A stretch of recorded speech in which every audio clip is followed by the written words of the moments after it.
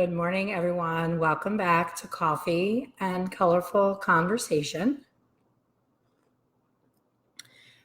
If you come to Coffee and Colorful Conversation quite often, you'll see that I have a totally different background and I am in a different location today. So I am back in PA. Good morning, Rebecca. Hi, Evan. I'm in Pennsylvania at my former salon, Lux Color Lounge.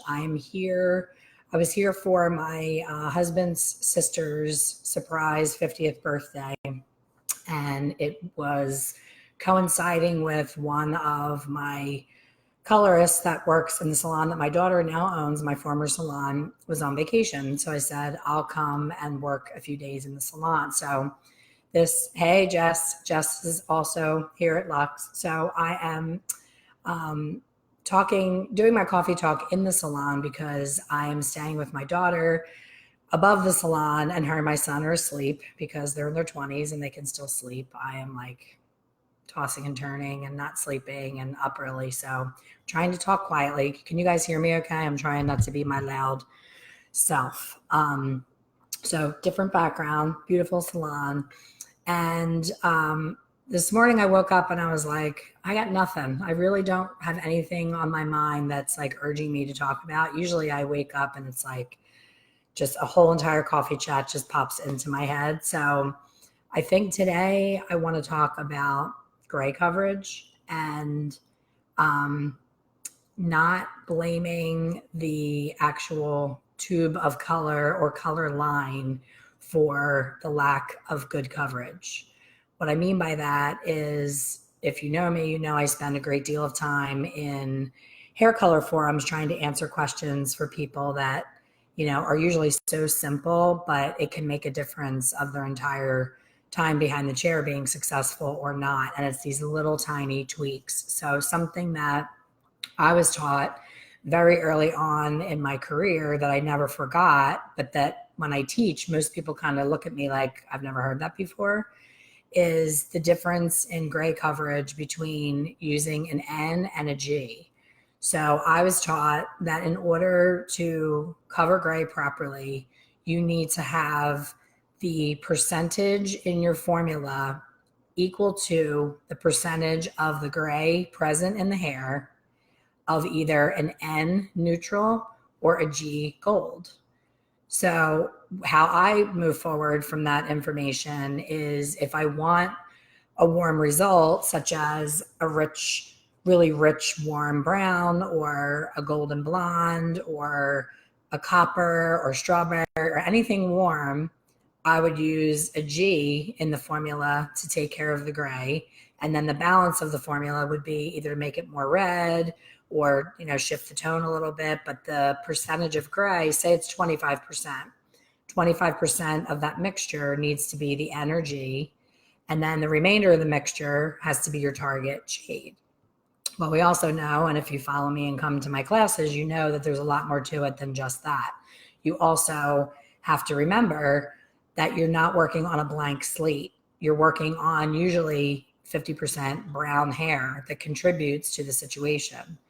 So a lot of people, when I see them struggling with gray coverage, especially with redheads, they're using a ton of neutral in the formula. Say the person only has 25% gray. They're using like 60% N, and then the remainder of their formula, the other 40%, they're using this like rocket fire, crazy red, trying to make the formula more red, when the reason it wasn't red in the first place is because it was drowning in N. So if you shift that and replace the N with a G, which is in that warm red gold side of the spectrum, you're not going to need as much rocket fire red to then make that person a redhead. If they're less than 50% gray, they have red coming out when you're lifting it. So if they're a natural 5 and you're making them a red and you're using a 7, just by taking them, lightening them, using a level 7 on a 5, you're disturbing the natural red in the hair.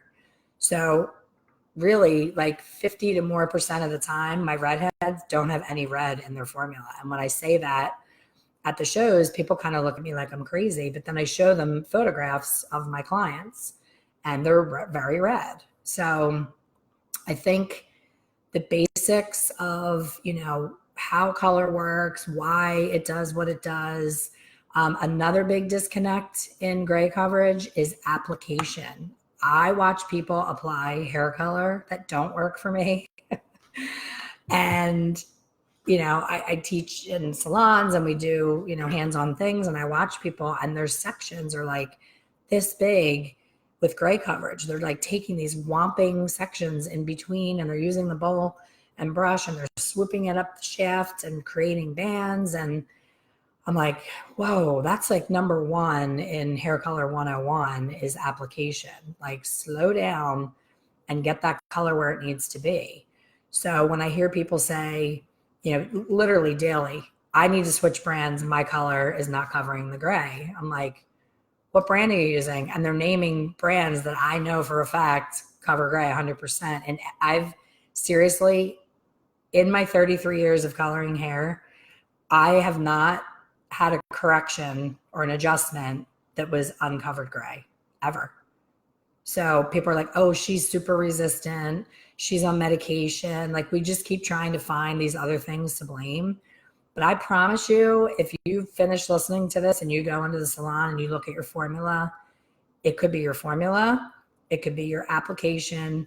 It could be your timing. Sometimes you're in the salon and you're flustered and you forget to set the timer, and then you set it later, and then you set it for less time because you forgot. And then her total time might be 22 minutes instead of 30 minutes, 35 minutes this time, 28 minutes last time. It matters. Hair color works like this. When you first put it on the hair, it starts to lift right away. So you have like the first few minutes is lifting, then it starts to deposit, then it lifts again, then it deposits again. So if you interrupt that cycle because you're in a rush and you have another client waiting for you, they may have missed out on another 5 minutes of that last deposit that's going to really pack that pigment into the hair, and you're going to have more longevity. Aftercare. Like, I am back here for the first time since March, and we have a new assistant, and she was shampooing my client, and my client's like, she's a curly girl. So she's like, I can't get these knots out of my hair. What's different? And I said to the assistant, did you use the Aftercare, the After Color service? And she was like, what's that? So I was like, oh, okay. She's not using it. So Wella, I don't work for Wella. Every time I mention a brand, people think I work for them. I don't work for Wella, but we have Wella service in a pump at the sink. And after you shampoo, you run this service through the hair. And what it does is it brings the pH levels back down to where they were prior to the opening of the cuticle and the color going in. So that service seals everything down and locks the color in. It makes a difference. So if I'm using the service on Terry in March and then Jess isn't using it in April because someone else shampooed her and she didn't know, like, these are the factors that the color is going to push off sooner. Your client not using protection in the sun, not wearing a hat, not putting anything on her hair to protect her color. Like, these are all factors, but I've never, literally in 33 years, had anybody leave my salon and call me and say my gray didn't cover. And that's formulation. I see people's formulas are these crazy mixtures of, usually after 3 squirts of different colors, you're really kind of canceling out what you did before. I see a lot of people do 7N, 7G, and 7V. And I'm like, okay, your N was good because it was covering your gray. Your G, you were telling your N that you wanted to be a little warmer. And then you come in with the V and you make everything more cool. And now you have a really cool 7N. And now you might have sacrificed your gray coverage because the G may have been the reason that you got better coverage. So, like, think about what you're squirting into that bowl. Don't just like talk and squeeze and think you're being fancy using 14 different, did you ever have that client that comes to you that is a snowbird and you live in Philadelphia, they go to Florida in the winter, and then they bring you their little stained index card with a crazy formula on there with, this many grams of this and a dot of this and a pinch of that. And they try to make it sound like Betty Crocker wrote it. And sometimes if you spend enough time on the formulas, you realize that that colorist was messing with you anyway, and that they wanted you to screw up that woman's hair so that they feel more important. I am not that colorist. When a client leaves to go somewhere, I don't want their hair being ruined and me spending the next 6 months getting her back on track. It happens to me every year with my snowbirds. They go with formula in hand. And we could argue about that all day long. People say, I never give out my formulas. That's my professional, my schooling, and I paid all this money to come up with that formula. Trust me, I brought my formula to a salon, brought the bottles in my hand, and asked someone to put my color on, and she didn't cover my gray. And it's my exact formula for the exact amount of time. And the only thing it could possibly be is that her sections were too big that she took. And I have, a lot of gray, and I'm covering it with a Demi. So if she took too much hair in between, she wasn't laying down those spidery grays and saturating them with product.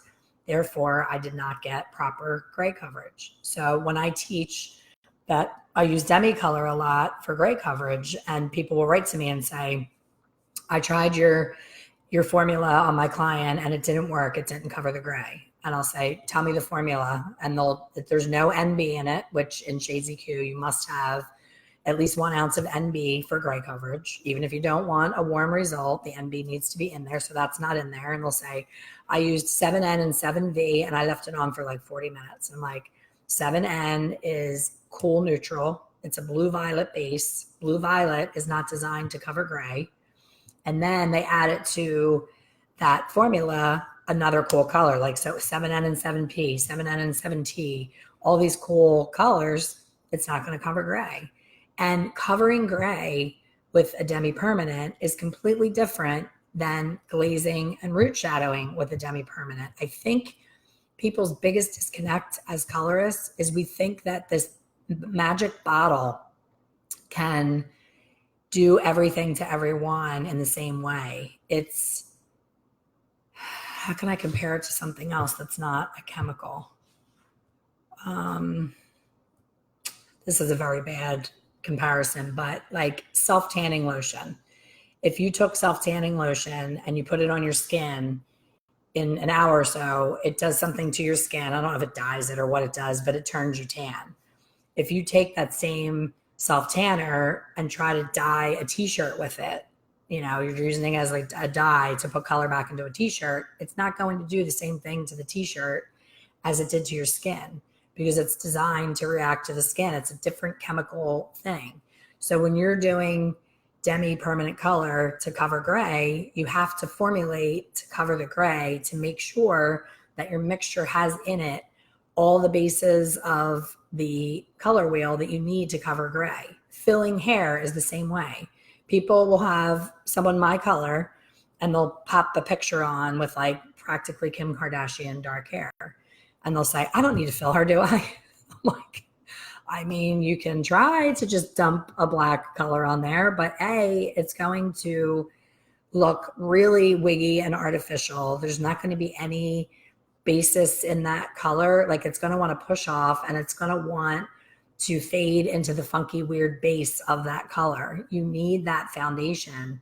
And that's why, with all this stripping and bleaching and everybody's like pulling all of the color out of hair to go red. Like there was someone on one of the forums yesterday and she's like, okay, first we bleached her out and she's kind of stuck at pink and, we're going to make her red. And I'm just like, if you're making her red and she's already dark, why are you bleaching her whole head?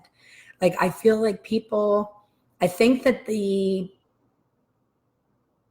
trend that we've experienced with Vivids, I'm going to get a lot of flack for this because the Vivids army are incredibly talented people. All the Pulp Riot guys, all the Guru people, not Guru, what's the group that does all the fashion shades? I'm drawing a blank, but they're amazing. They can do unicorn things to hair. I didn't even think hair had the ability to do. And I call myself pretty much, a very experienced colorist that has seen and done pretty much anything you can do to hair.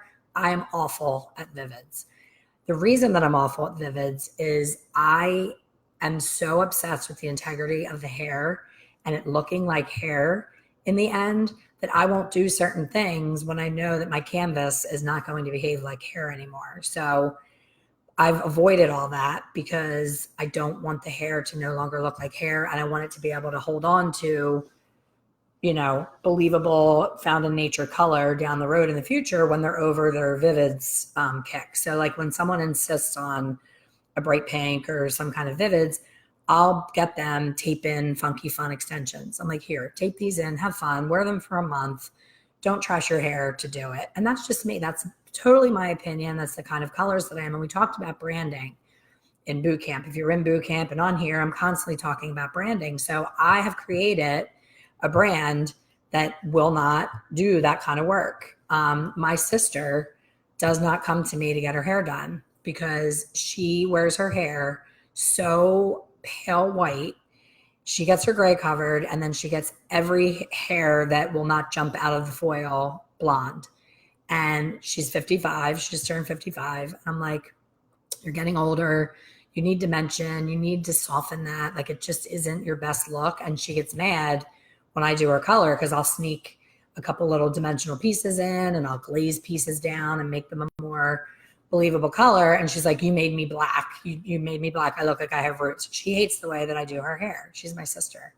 She comes to the salon and sees another colorist because that colorist will give anybody anything that they want. And there's nothing wrong with that. That's who she is. That's her brand. She's like, you want Q-tip blonde? You want snapping off blonde? You want white blonde? You're getting it.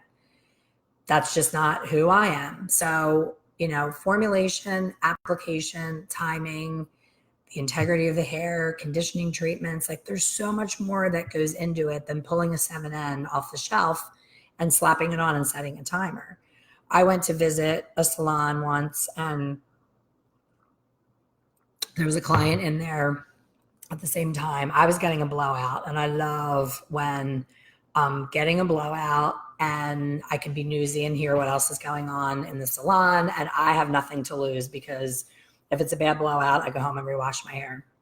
So this woman in the chair next to me had like the perfect skin tone for strawberry blonde. There's nothing like a really well done strawberry blonde on a person who can wear it with the pale eyes and the fair skin with like pink undertones. Like, it is gorgeous when it's done right. If you watch Nicole Kidman's career, she's had some banging spot on strawberry, and now she's in Big Little Lies. I'm not loving her color. She keeps trying to go more blonde, and it becomes this like blorangey, box dye blonde. So this woman showed the colorist a picture of her goal photo, and it was this beautiful strawberry, and I'm looking at her and I'm excited for it to go down in front of me. And she had regular, blonde color, and she had some gray. So the colorist goes in the back room and she comes out and she's got the color swatch chart. And she's like, now show me on here. Show me on here the color that you want. And I'm like, oh God. So the client's looking and it's like this big decision. And she picks a swatch, and it was like 7CR, I believe. And it was a pretty color. Now the swatch in the swatch book is done on artificial white yak hair. So it doesn't have any natural brown in it that's going to come through with the remaining pigment contribution. It's completely white. And we know, if we've been doing color any amount of time, that if you put a straight CR on white hair, you're going to get a funky, pinky, hot, unattractive, unnatural root. So this colorist was taught by the manufacturer that you hand on the chart, and whatever they pick, that's what you put on the hair. So I was like, oh man, I hope this blow dry takes a long time because I'm going to need to be around when this goes bad. So, and she's not doing, the stain protector around the client's hairline, and she's like painting it, and the color's starting here. You've all seen it, that stylist, that the color starts on the forehead and smears back into the hair. No hairline protection, and has all this mess on her hair, and it's like flaming crazy colors even when it's processing. And I'm like, oh man, this is going to be a disaster. And then she only put it on the regrowth, which was the new hair. And then I'm like, when is she going to do something to her ends? Because she's doing a tonal change. Like she needs something going through the whole entire head. She's blonde. So she sets the timer and she goes outside. She's smoking a cigarette, drinking her coffee, talking to her coworkers, letting the client process. And then I see her come in and she grabs a squirt bottle, starts squirting the ends of her hair, has the leftover color in the bowl, and just starts slapping this leftover 7CR and mushing everything together. Very 80s, 70s, 80s. That's how we were taught. A little bit of water in the water bottle is going to calm down that ammonia, and it's not going to be bad for the ends. Okay. Smushes it all through, takes her to the sink, shampoos it. She's blowing it out. She's got like a mad, hot, weird pinky copper to here. The ends are like, trying to be a little bit strawberry, but not. And I was just like, this was like 2 years ago. I'm like, it's 2017. There is healthy, sheer, shiny, acidic demi color that you could have gone there so much better and had everything be beautiful and matching and shiny and spot on. Like, I think that people get to a point in their career where they hold on to what they learned in beauty school, like an old teddy bear, their comfort teddy bear or their pacifier or whatever their comfort thing is. And they're like, this is what I started with. This is how I built. This always worked for me. And then they just keep blaming the color company. When things go wrong, they're like, oh, I hate that line. Their reds go so pink. No, the reds don't go pink. You put a pinky red violet base on a bright white person's hair that has no gold or yellow left in it. So you didn't set that foundation, and the base of the color that you chose to put on there is what made it go pink. It was not the manufacturer. What I do blame the manufacturer on is teaching us the wrong way and saying, if someone is a level 4 and they want to be a level 7, that's 3 levels of lift. So use 30 volume, but use, the number tube that you're looking for. Like, that's where I blame them for that. And that's where I think they just stepped outside of their wheelhouse. They should not be teaching how to color hair. They should be teaching you how their color works and what the makeup is and how it's different than other colors. But we as colorists have to know the rules and know how to use their color. So I've had 2 situations where I was meeting with a color company to possibly, become affiliated and teach for them. And I brought it home and I played with it on, swatches, never on a human, and it did not cover the gray. So when I say I've never had a client leave my salon without being covered, it's because I used a product that I knew would cover correctly and I formulated it correctly. But there are some color lines that don't cover gray as well as others, and that's why we all pick what we pick. But if you're getting no coverage and nothing's working, chances are it's your formulation, your application, or your timing. So measuring, use a scale. Stop eyeballing it. Stop doing the squeezy tube eyeball. Oh, this looks like about right. I've seen some very famous colorists do YouTube videos, and I'm just like, oh my God, she definitely is never seeing this client again, because there's no way that she could replicate what she just dumped into that bowl. And it's just like, oh, I just do a squirt of this, a squirt of that, pea size this, pea size that. And that's great. But did you ever see a pea size? I've done a pea size of like an additive, like a blue additive when you're doing a blonde. Did you ever see someone go Marge Simpson from a pea size drop of an additive can take over an entire formula? So if you don't understand what you're working with, and some companies, you have to add additional developer when you add an additive. Other companies say don't add any additional developer. They're going to behave differently. Back to the suntan analogy. If you get self-tanner that has that bronzer in it where it's going to show up right away, you're going to see it right away. The other ones have to develop over time. So you might go to work and think you applied your self-tanner perfectly, and then you get to work and you have these weird spotty lines and weird ashy knuckles and all that stuff. So measuring is key. Application is key. Timing is key. Give it that extra. If you have anybody that's even remotely resistant, give them an extra 5 minutes. Remember, we talked about lift, deposit, lift, deposit, lift, deposit. Let that last couple minutes be all deposit. Leave it on 5 more minutes. It's not going to get darker. Most hair color is not progressive, meaning it doesn't get darker with time, but you'll get better coverage and better deposit over time. So I hope I didn't confuse anybody. I'm kind of half asleep. Oh, what was her reaction, Kim? She loved it, which tells me, again, Kim asked what was the reaction to the woman who had the like different colors. She was like, oh my God, I love it. Like maybe next time we'll go a little bit brighter down here. Like she thought that the colorist was like easing her into it by not doing it on the ends. So what I have found by traveling and now doing education full time, most clients do not know the difference between good color and great color because they've never had great. There's so many colorists that aren't getting it right, and they're surviving being the key word. They're not making it a great living. They're charging, $35 for a root touch up. They're slapping it on. They're praying to the hair gods. The client thinks it's great because she doesn't have gray, but it's nothing like the picture that she handed the stylist. And that stylist is busy and has a full book and is busy all the time. So she's like, I don't need to go to any classes because all my clients are happy and I'm doing a great job. But until you go to more education and you see what you can do, like I still, at 52 years old, I'm still learning. I just started doing a brand new technique that I never knew before.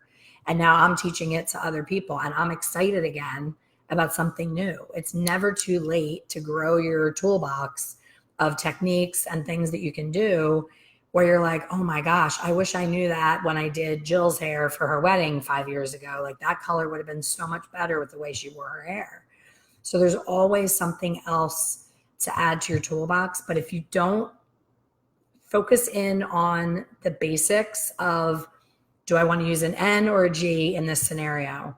Do I need a lot of red or a little red? Or is the red in the hair, the natural hair, going to be enough to bring the red to the party, and then the neutral that I'm using is going to control it? Or if I want it to be more copper, is the gold in the formula going to bring that natural copper up enough to be a beautiful copper just with a gold?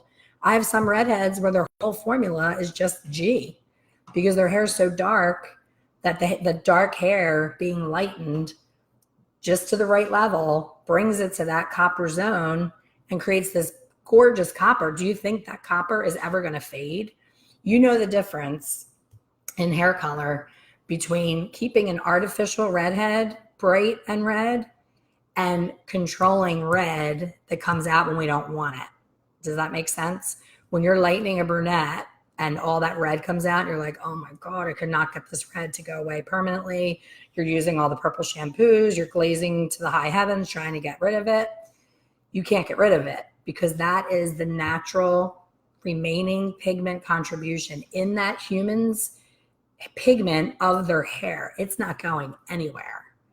So when people are trying to glaze it away and they're like, oh, I just need a stronger glaze. No, it's the phenomelanin that brought that warmth to the table. What that orange is in the hair is not orange hair color. So people are going in, oh, a bleach bath and you got to lift this and you got to do, and it's like, no, you need to lift out that phenomelanin with bleach. The only thing that will get rid of that orange is lightening it further and then bringing it back down. So when people are talking about, oh, I got to use another color remover, if that orange came out because the hair was lightened not far enough, color remover is not going to remove that orange. It's not orange hair color. It's natural orange that was disturbed in the lightening process. So I hope that doesn't confuse anybody.